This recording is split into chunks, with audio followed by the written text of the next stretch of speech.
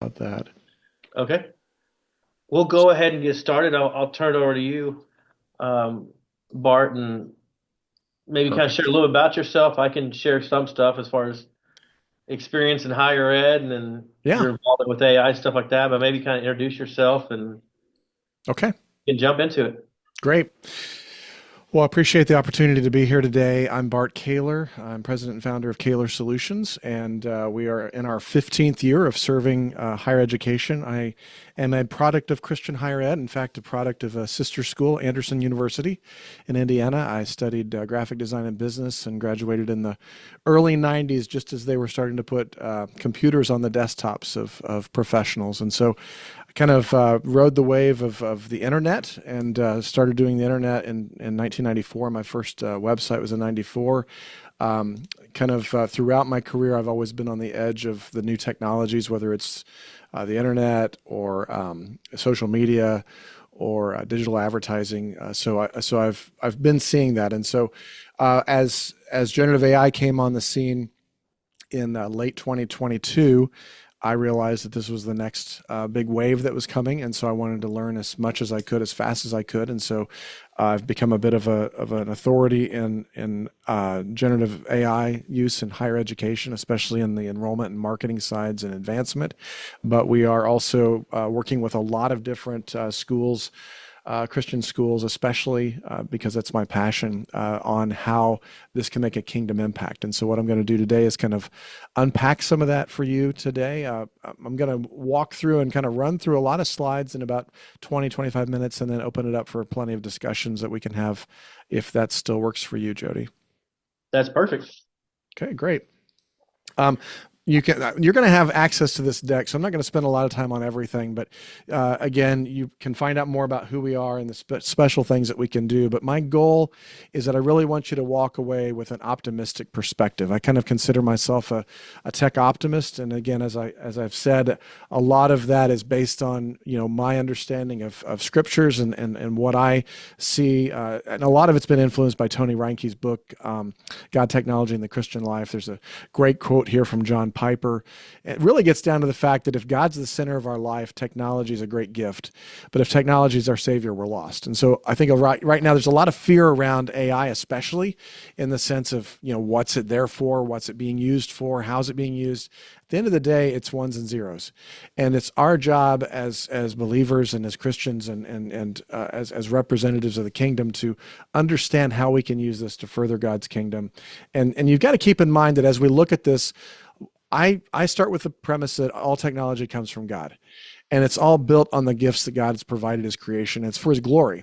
And so if all these gifts are coming from God and that we should be using them for his kingdom, whether that is kingdom building in the way of educating the next generation of leaders, or if it is helping, whatever that means is, I really kind of come back to that. And we have to remember that a lot of times the challenges that we have with AI is like any other gift. If it falls into the hands of and in ourselves, our fallenness, that's gonna twist it for sinful, selfish purposes. And so sin is the issue, not the technology, and we really need wisdom and discernment as we kind of go through these things. And so challenges that we're going to deal with, there's a lot of headwinds out there right now with higher education. We're not going to get into all of them, but you all know what's going on and how that's doing. And so the perspective is that AI can help us out with a lot of these different challenges. And in fact, it is being used in business to do that. There's a lot of adoption in the workplace. Millennials are using it more than anyone else. IT is changing things.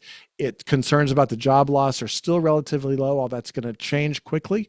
And then there's a lot of organizations that are using AI in at least one place in business. And World Economic Forum put together a top 10 job success skills for 2025. If you look at these, every one of them except number 6 does not have to do with technology. They have to do with the things that we are teaching our students at schools like Mid-America, the empathy, the analytical thinking, the talent, the service orientation. These are the liberal arts skills that we're readily teaching them, especially in a Christian context. And so that gives me great comfort to know that the number one job skill are the things that we're teaching already. these technology things are going to just be coming along to enhance things. And so this next video is from Seth Godin. He's a leader in marketing, but I think he also gives a really good perspective on just the idea of using of AI in our daily lives. And if you did a job where electricity was going to make your job spectacularly different. Is that sound coming across, Jody? I'm sorry.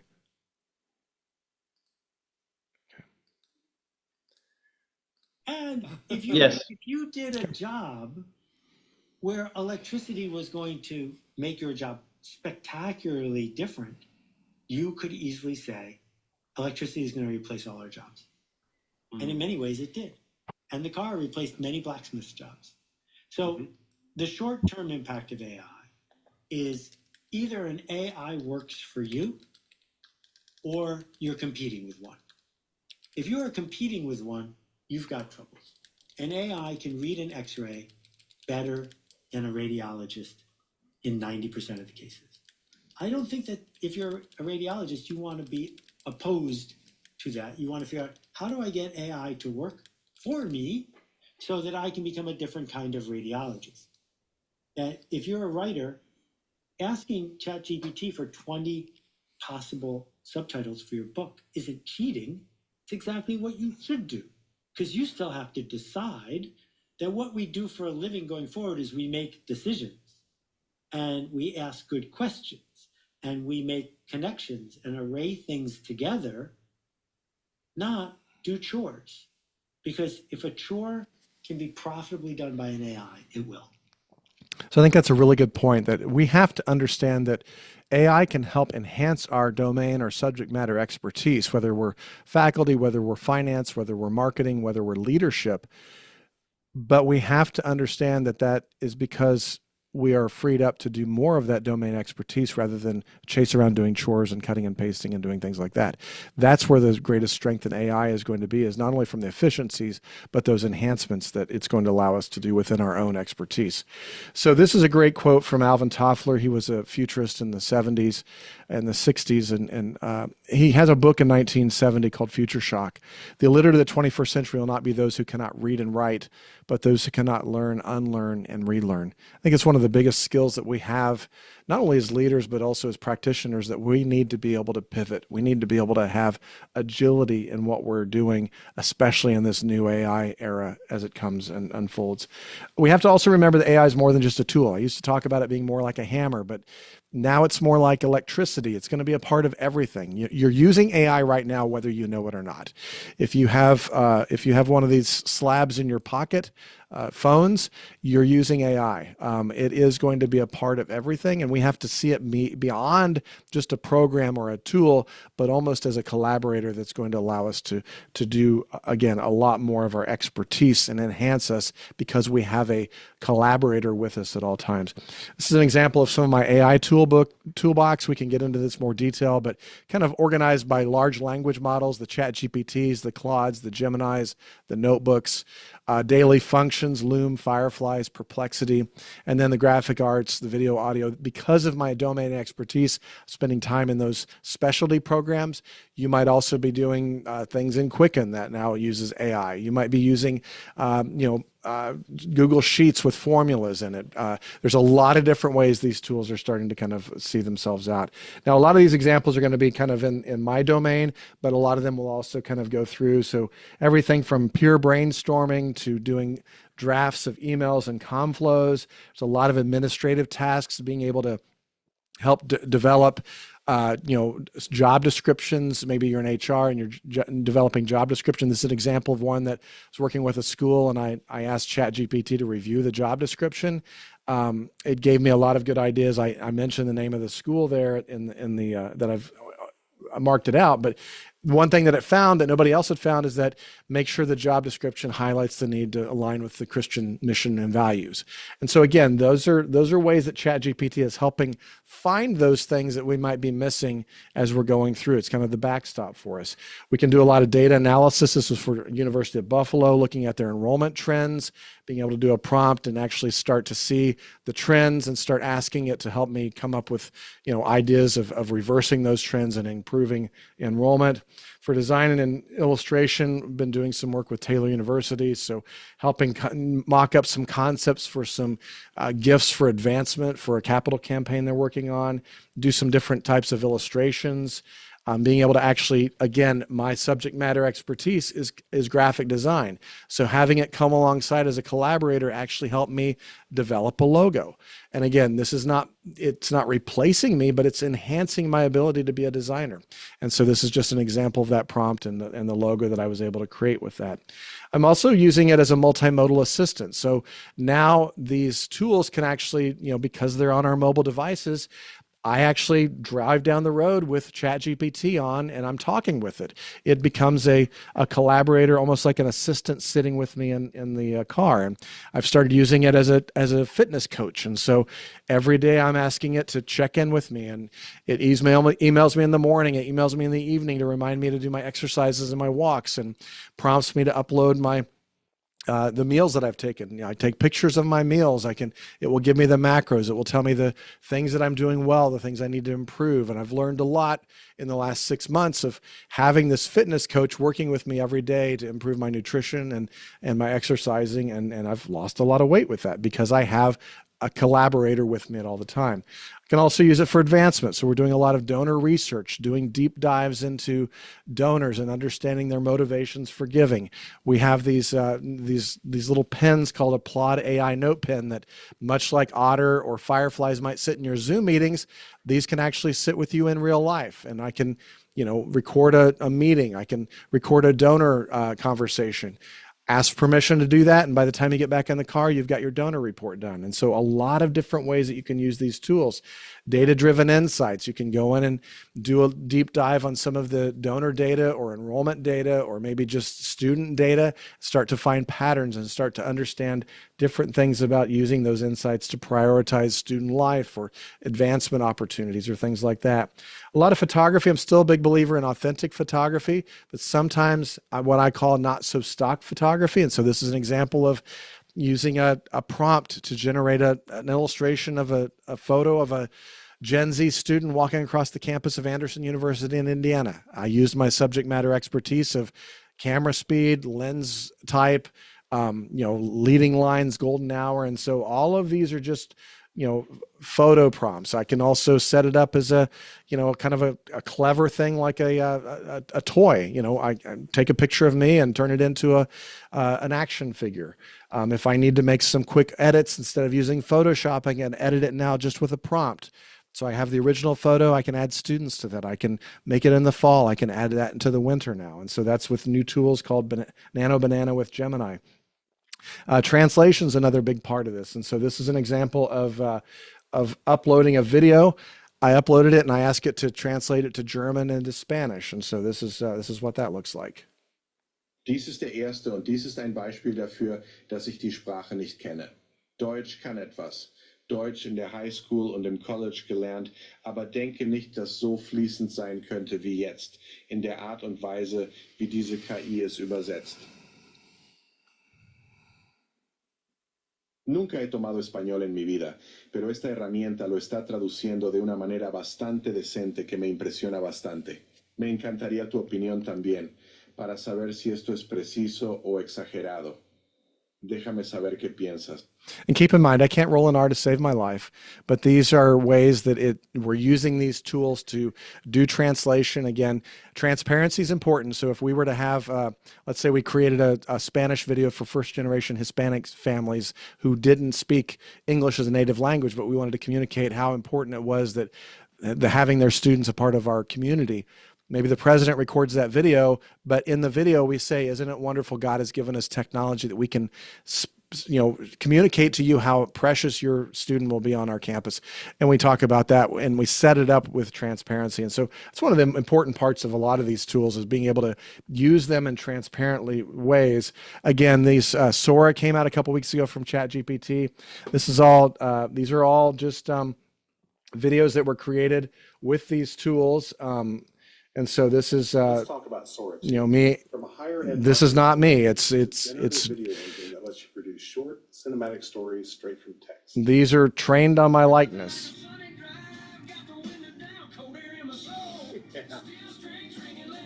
And that prompt came from Bart Caylor driving a Ford F-150, driving down the road listening to country music. And that entire thing was based on that prompt. I trained myself by taking 3 photos and saying 3 numbers. And that's all it needed to create that likeness of me. That photo I created earlier, you know, just by a prompt, I can now make that student walking confidently through the campus, you know, as a B-roll if I need to. Audio is the same thing. I can actually, you know, create a audio book. Why should a student pick your school? Train it on my voice, and then, you know, have that entire thing read back to me. I can create songs. And so this was a prompt: write a song about going to Target in Fishers, Indiana in a modern country style. And so again, pretty catchy song. You can listen to the whole thing, but we can get into that. You can also do a lot more with, you know, creating, this was a project we did last Christmas where you could call and talk to an elf at the North Pole. We trained the elf just to, you know, be a snarky elf at the North Pole.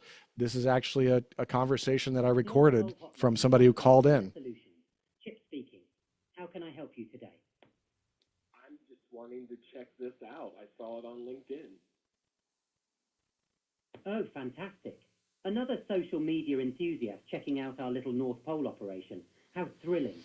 Well, you've reached... And so what we ended up doing was turning that from a snarky elf to a helpful admissions counselor who could make phone calls out, receive calls in, answer 24/7, and actually be able to move students down the pipeline of having those conversations.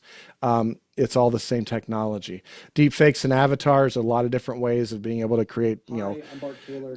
You know, name, image, and likeness on different things. And again, we're running out of time, so I'm not going to spend that much time. But I mean, this is an example of, this is not me. This is just trained on my likeness. I uploaded this video from a podcast I did back in November. The point: don't trust anything you see online. This is a personal avatar that I created with HeyGen, the same platform I used to do my translation 4 months ago. Be careful. So these things are going to continue to be harder and harder for us to discern what is real and what's not. I really think we're going to see a digital backlash in the next 12 to 18 months where we're not going to be able to trust anything we see online, on the phone, or in email. I think we're gonna start to see less and less young people using social media. Less and less young people they're going to be demanding more in person. And I think the number one driver of college enrollment in the next 5 years is going to be in-person authenticity. That's going to be what's driving a lot of students to make decisions on where they want to study, is that trusted in-person environment and the communities around that. And I think it's going to be one of the opportunities for Christian higher ed, especially. Also developing chatbots that can talk to students 24/7. We're actually doing some research with a couple other firms right now to see how students are reacting to some of these different AI things, whether they enjoy the chatbots, but they don't want the calls. They're suspicious of the videos, but they want the clarity. So those are some things we're doing. We've developed some marketing personas. So we'll do the typical marketing persona of Maya, 17-year-old prospective undergrad student, but now we've taken that persona, turned it into a custom GPT that we can actually talk to, and we can ask Maya questions about, what does she think of this? How would she, you know, if she had this choice, A or B, which ad would she better respond to? And so now we're creating synthetic focus groups that can help us make decisions in marketing, student life, different parts on campus.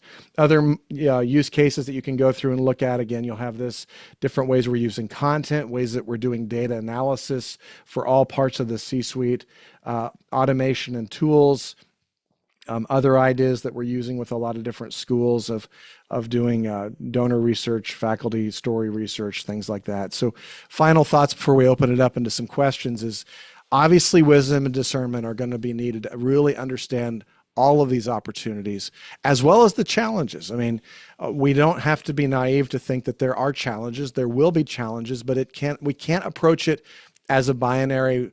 We're either not going to use it or we're going to use it. We have to figure out how we're going to use it and how we're going to do it in the best way possible for our institutions. Change management is going to be really critical, because the things I've just showed you, probably in a week or two, I have to update this deck again, because it is changing every day. Things are changing on a almost daily basis on some of these things. ChatGPT has been in the lead, but now Google Gemini is probably right there as well. These things change so quickly. Oh, you need to become AI literate. If you haven't already gotten a free ChatGPT account, at least get that. I don't know if you guys are a Google or a Microsoft campus, but use the Gemini or the Copilot that's built into your systems. Try those things out. Play with it. Do something simple like a meal plan. Just test its expertise. You can open up your refrigerator and take a photo. Open up your pantry, take a photo, and say, what do I have that I can make for dinner tonight? And give me a recipe for 3 people. These are the types of things that are going to help you put in the reps to start getting comfortable with these tools so you can kind of understand those. Follow some people who are a few steps ahead of you. I welcome you to follow me on LinkedIn. I'm talking about this a lot, taking some courses. I really, again, believe there's going to be a resurgence of the liberal arts. Prompting is going to require deeper thinking that understands the context of the world and of life. That is the type of things that we teach in the liberal arts. Task-oriented work is going to be replaced by creative-oriented work. And creative and problem solving are going to become a premium where information becomes a commodity. And so some resources for you. I am serializing my new book called Authentic AI. So that's going to be on Substack. You can certainly subscribe to that to get those as I put those chapters together. We have a masterclass where we're teaching a lot of the skills needed to really utilize AI in the best way possible. So we have that masterclass that a lot of different schools have been leveraging and using. I've got my book there. We've got another book coming out in January called Know What You Don't Know, A Leader's Guide to Understanding Marketing. And I'm going to open it up now, Jody, to any conversations about what I've presented, because I've presented a lot and it's a little bit of a fire hose. Great. Thank you, Bart. What questions do you guys have for him?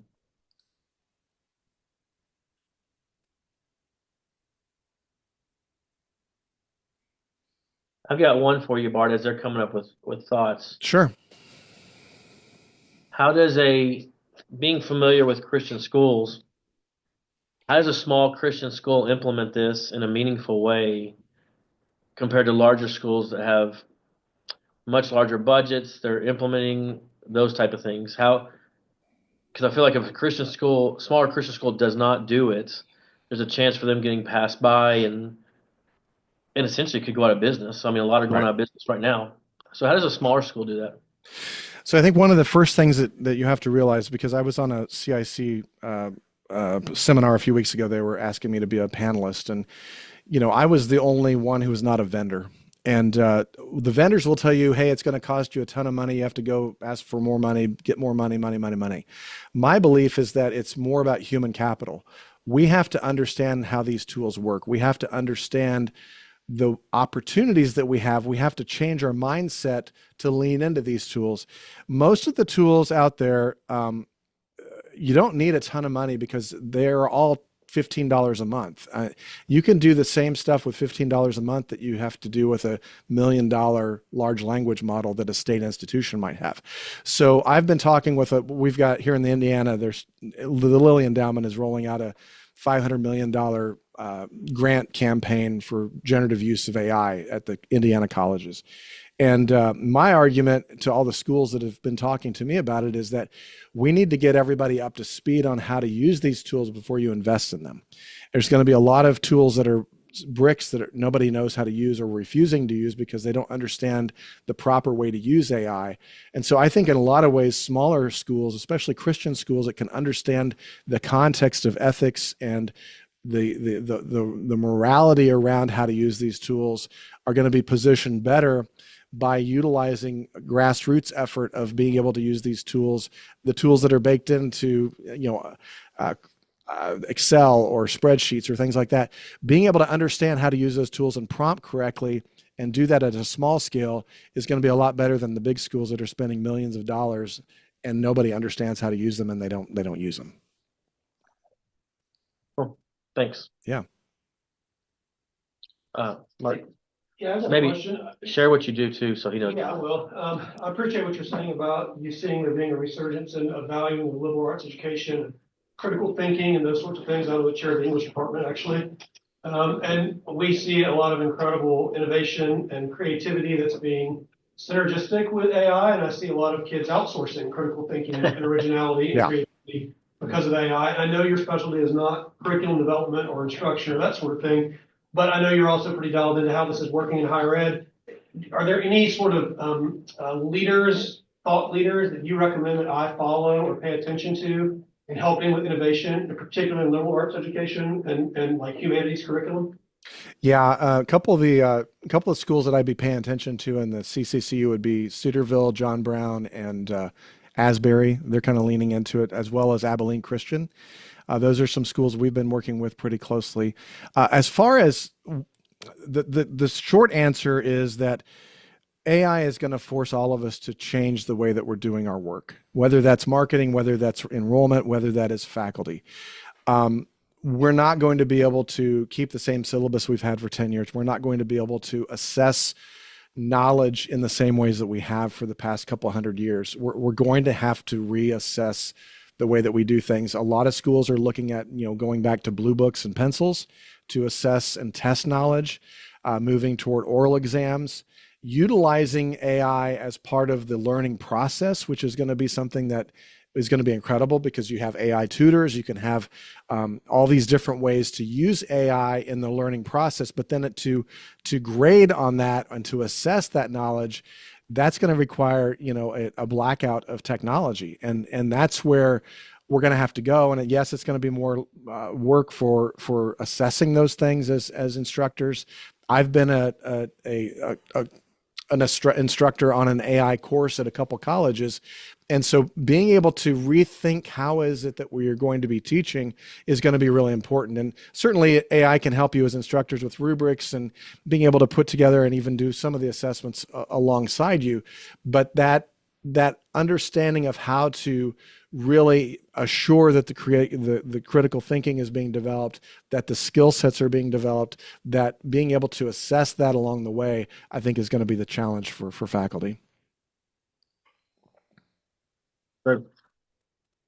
Hey, Bart, have you encountered any AI biases when creating Christian content? Yeah, I mean, there's going to be biases out there no matter what. And I think that all you have to do is look out and look at our world and say, if everything on the internet was learned by one person, what would their bias be? That's what these tools have done. I mean, they've been trained on every public available piece of information out there. Now, do I think, just like going to the internet, there are pockets of information that's going to be biased toward Christians. There's going to be some that's biased away from Christians, just like any other bias that you would find. So, I do not think that it's going to be super clean, but I also am not one to say we have to run for the hills and shutter up the doors and windows because of, yes, it has been developed by Silicon Valley, and yes, there are some biases that are put in that are dialed back. I mean, certainly there was a big guffaw a couple of years ago when Google released an image generator that, the prompt was a 1941 Nazi soldier, and it was dialed in too much for some of the diversity issues. And there was like Japanese and African-American Nazi soldiers that would not look like Nazi soldiers. That was because they overcompensated some of the bias to address those things. And so, yes, there is bias. Yes, it is getting better, but it's going to be a part of our world. And as Jesus said, we're not going to be, we're going to suffer for him, and that's going to be part of the AI too. Thanks. Any questions from online people?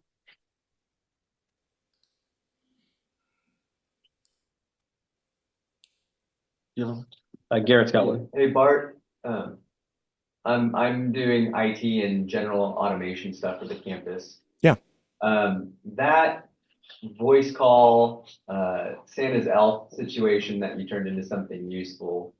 Did you help with implementing that on a large scale, or what did that project look like? Because I'm familiar with tools like Vapi and things that are doing that. Is that what you used? No, we went down to kind of the source. I'll tell you, we used HeyGen and some custom scripting on the back end to make that work. So we're using off the shelf, $12 programs, just like ChatGPT. That was my point earlier, is that once you know how to use this, you know how the sausage is made with the big ones.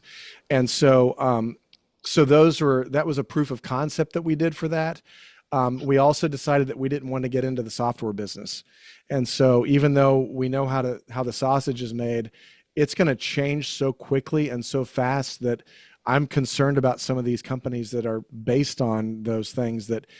That's why I didn't want to get into the software business, because it's going to change so quickly that there's tools right now, that CRMs that cost $20 a month, that do those phone calls out already. And so, so that's one of the challenges of doing the automation, is trying to understand what is out there.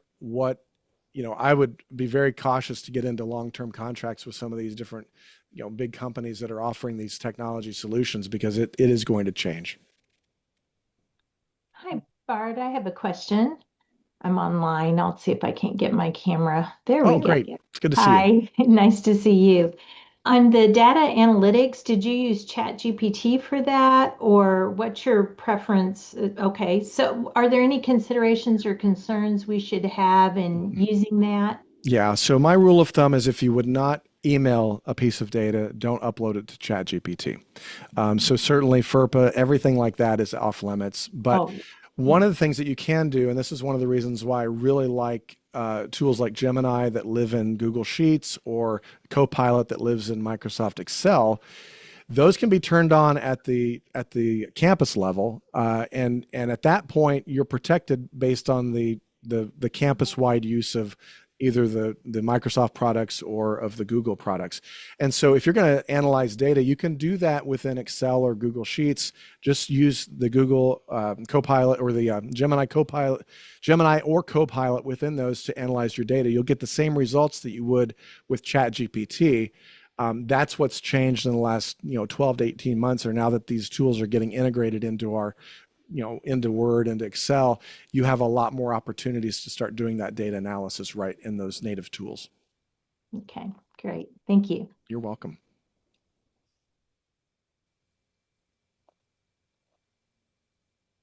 Any other questions? Any questions for me online?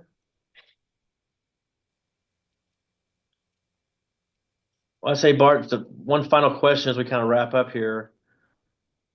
What do you think is the biggest threat for Christian colleges as far as implementing this? Is it not implementing it? Is it implementing too slow? Implementing it too fast? I think it changes so much. It seems like there's a pressure to get it right the first time, but how would you approach it if you're, obviously you probably advise Christian colleges, but what are your thoughts on that? I think that your point that you said there it sums it up, is that the pressure to get it right out of the gate. We come out of a tradition of academia where we look at everything, we make analytical decisions, we bring consensus, we do a lot of things as a group, which I think is great. But the challenge that I see is that if we overanalyze things, if we spend too much time working on policy before we actually start pragmatism, we can actually get bogged down and really do paralysis by analysis. And so I really am encouraging schools to be willing to fall forward, be willing to fail forward, and use grace and figure out how can we do this moving forward. The other thing is, sometimes it's really difficult to bring an entire organization along who haven't been introduced to all of the different concepts. And so I think I really applaud you guys for bringing everybody together to at least have a conversation, to see some of the possibilities, to see some of the things that are out there. I'll be leading a couple conferences at CCCU this year and IACE, just to try to start getting people to understand what's out there, what's available. Because I think sometimes it's very easy to let fear drive quick decisions, to say, well, we're not going to do that, or turn it into a very binary black and white, that I'm either for it or I'm against it. we can't do that, especially with how fast things are changing. We have to learn to adapt and to pivot and that's where I talked about that change management. We've got to be able to, as a community, come alongside and figure this out together while we are building the plane too. I mean, there's a lot of analogies and a lot of metaphors I'm throwing in here, but my biggest risk that I see, especially for Christian schools, is to overanalyze it. Higher ed is already historically a little bit slow to change. And I think that if you get too much in the weeds and overanalyze this, we'll miss the opportunities to, as you said earlier, to really hit the bottom line and to be able to create efficiencies for net tuition revenue and other things that are going to drive the engine of the school. I think AI is going to help us do that and enhance what we're doing already. Thank you. Yeah. Any other thoughts? Well, thank you for taking time, Bart. We appreciate it, and I'm sure as we leave here, it'll generate a bunch of questions and internal discussions, and we'll just kind of go from there. And then we may see you at the CCCU conference too. That sounds great. Happy to continue the conversation offline. If you do have anything else, just send those to me, and I'll happily get those back to you. So great. Thank you so much. Thanks, everybody. Have a great day. All right. See you.